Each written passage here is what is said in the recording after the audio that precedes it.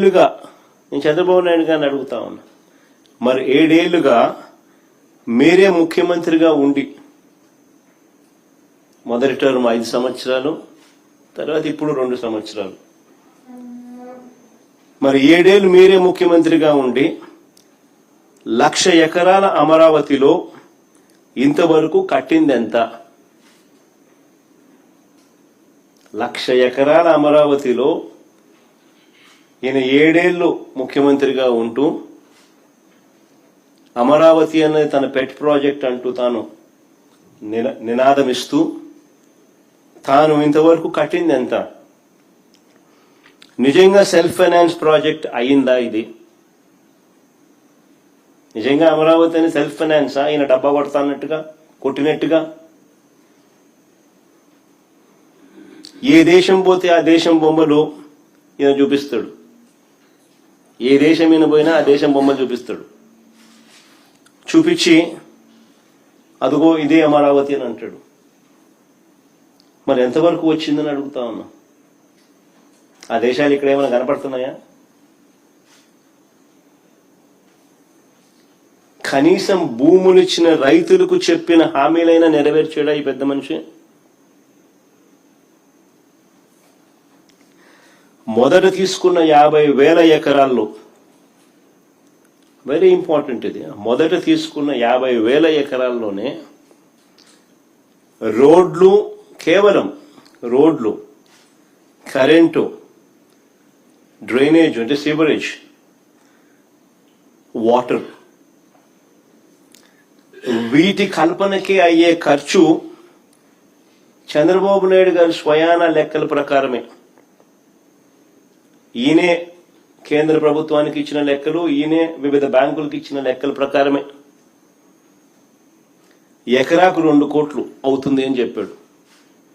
అంటే 50,000 ఎకరాలకు అయ్యే 1,00,000 కోట్లకే దిక్కు లేదనుకుంటే, 1,00,000 కోట్లకే దిక్కు లేదనుకుంటే ఇప్పుడు సడన్ గా మరో 50,000 ఎకరాలు దీనికి అదనంగా అయ్యే ఖర్చు, దీనికి సడన్ గా అదనంగా మరో 50,000 ఎకరాలు యాడ్ చేస్తున్నాడు. ఇంతకు ముందున్న 50,000 ఎకరాలు దానికయ్యే మళ్ళా అదనంగా మరో 1,00,000 కోట్ల రూపాయలు. ఇలా అమరావతిని ఎందుకు పెంచాల్సి వస్తా ఉంది? ఎందుకు పెంచుకుంటూ పోతున్నారు? ఆ డబ్బులు ఎలా వస్తాయి అంటే 1,00,000 ఎకరాల్లో, ఆ 1,00,000 ఎకరాల్లో కేవలం రోడ్లు వేయడానికి, కేవలం కరెంట్ ఇవ్వడానికి, కేవలం సివరేజ్ వ్యవస్థ క్రియేట్ చేయడం కోసం, కేవలం నీటి వ్యవస్థ క్రియేట్ చేయడం కోసం, బేసిక్ ఇన్ఫ్రాస్ట్రక్చర్ క్రియేట్ చేయడం కోసం ఈ 1,00,000 ఎకరాలలో 2,00,000 కోట్లు కావాలి అని వీళ్ళు చెప్పిన లెక్కల ప్రకారం. మరి ఈ డబ్బులు ఎలా వస్తాయి? ఎన్ని సంవత్సరాలు పడుతుంది? ఎన్ని దశాబ్దాలు పడుతుంది? ఈ దశాబ్దాలు పట్టే ఈ సమయంలో, ఇన్ని సంవత్సరాలు పట్టే ఈ సమయంలో ఈ 2,00,000 కోట్లు ఇంకా ఎంతగా పెరిగిపోతూ పోతుంది?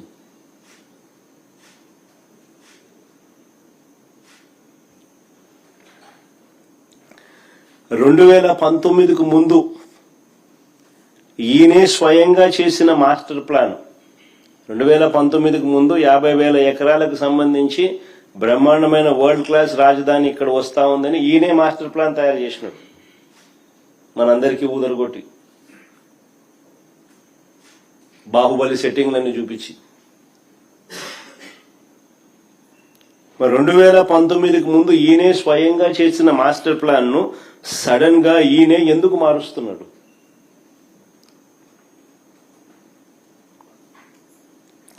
అప్పుడు ఇదే 50,000 ఎకరాల్లోనే బ్రహ్మాండమైన బెస్ట్ క్యాపిటల్ అని చెప్పి ఊదరగొట్టిన ఇదే వ్యక్తి ఈరోజు ఎందుకు మున్సిపాలిటీగా మిగిలిపోతుందని చెప్పి ఎందుకు అంటున్నాడు?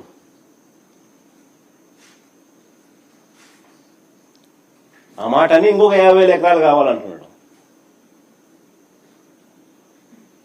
మరి ఇంతకు ముందు 50,000 ఎకరాలతోనే వరల్డ్ క్లాస్ సిటీ అని చెప్పిన వ్యక్తి ఈరోజు ఏమంటున్నాడు, ఆ 50,000 ఎకరాలే అంటే ఇది మున్సిపాలిటీగానే మిగిలిపోతుంది, అందుకని ఇంకొక 50,000 ఎకరాలు కావాలంటున్నాడు. అని ఎందుకు అంటా ఉన్నాడు?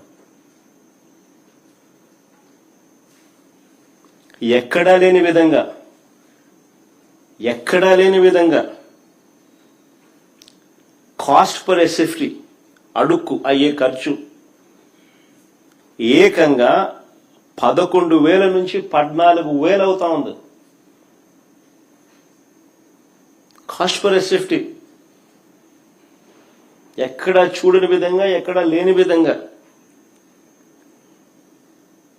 అడుక్కయ్యే ఖర్చు 11,000 నుంచి 14,000 దాకా ఎందుకు అవుతా ఉంది? ఏ స్కాముల వల్ల ఇది ఎగబాకుతా ఉంది? అన్న వీటికి సమాధానం ఎక్కడైనా అసెంబ్లీలో చెప్పాడా? 5:30 గంట అసెంబ్లీలో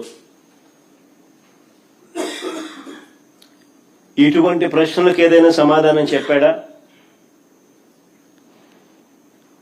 ఆ 5:30 గంటల సమావేశం కేవలం జగన్ను, వైఎస్ఆర్ కాంగ్రెస్ పార్టీని దుమ్మెత్తిపోయడానికి, బూతులు తిట్టడానికి మాత్రమే వాడుకున్నారు. రాజధాని పేరిట పట్టపగలు తాను చేస్తా ఉన్న దోపిడీ నుంచి ప్రజలను డైవర్ట్ చేసేందుకు ఈ డ్రామాకు తెరలేపాడు.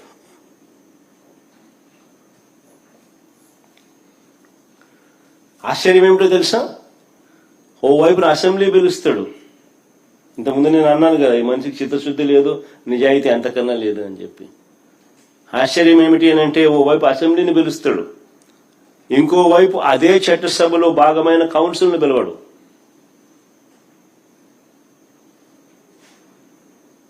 ఇంకోవైపు అదే చట్టసభలో భాగమైన కౌన్సిల్ని పిలవడు. ఎందుకు? కౌన్సిల్ని పిలిస్తే రాజధాని పేరిట చంద్రబాబు చేస్తా ఉన్న అవినీతి భాగోతాన్ని కౌన్సిల్లో సభ్యులు బయట పెడతారని.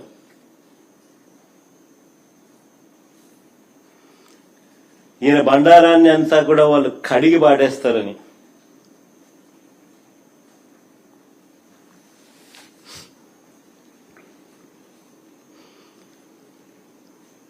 ఆశ్చర్యం కలిగించే విషయాలు ఇవన్నీ. ఈయన అంటాడు, భవిష్యత్తులో కూడా రాజధానిని ఎవరు మార్చకుండా చట్టం తెస్తున్నామని చంద్రబాబు నాయుడు చెప్తా ఉన్నాడు.